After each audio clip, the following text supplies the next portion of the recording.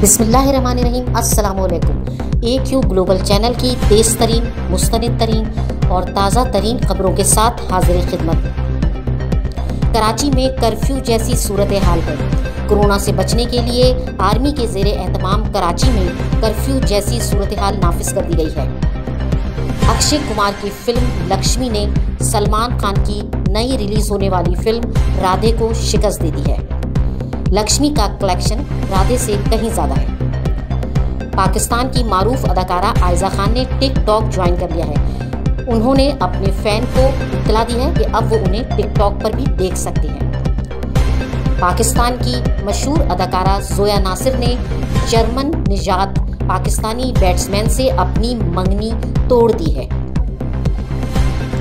पिछले दिनों social media पर मुफ्ती लाहौरी उस्मानी के नाम से वायरल होने वाली एक साहब की वीडियो जिसमें वो अपनी बेगम के साथ नजर आ रहे हैं, उसकी हकीकत खुलकर सामने आ गई है। उन साहब ने दावा किया है कि उनका नाम खान है और मुफ्ती लाहौरी उस्मानी से उनका कोई ताल्लुक नहीं है। तस्वीर में नजर आने वाली मॉडर्न खातून उनकी बीवी है और उनकी शादी को काफ़ी अरसा गुजर चुका है। सोशल मीडिया पर असलहे की तशहीर करने वाला अली नवाज भट्ट गिरफ्तार हो गया है, जिसने सोशल मीडिया के ऊपर असलहे की तशहीर और हवाई फायरिंग की थी। सिर्फ 7 मिनट की हिमाकत से इमारती नौजवान अपनी तमाम जमा पूंजी से महरूम हो गया।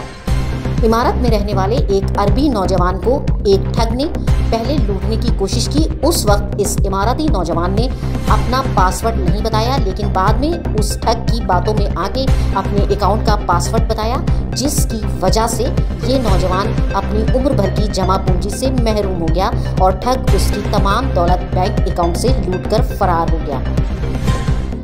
पाकिस्तान की मशहूर पायलट मरियम मुस्तफा ने बताया है कि वो दरअसल पाकिस्तानी पायलट आयशा से मुतासिर थीं और बचपन ही से मोहतरमा आयशा को देखकर पायलट बनने के लिए पुरजोश हो गई थी। हुकूमत का मुल्क में सरमायाकारी बढ़ाने के लिए पाकिस्तानी वीज़ा पॉलिसी में बड़ी तब्दीली का फैसला।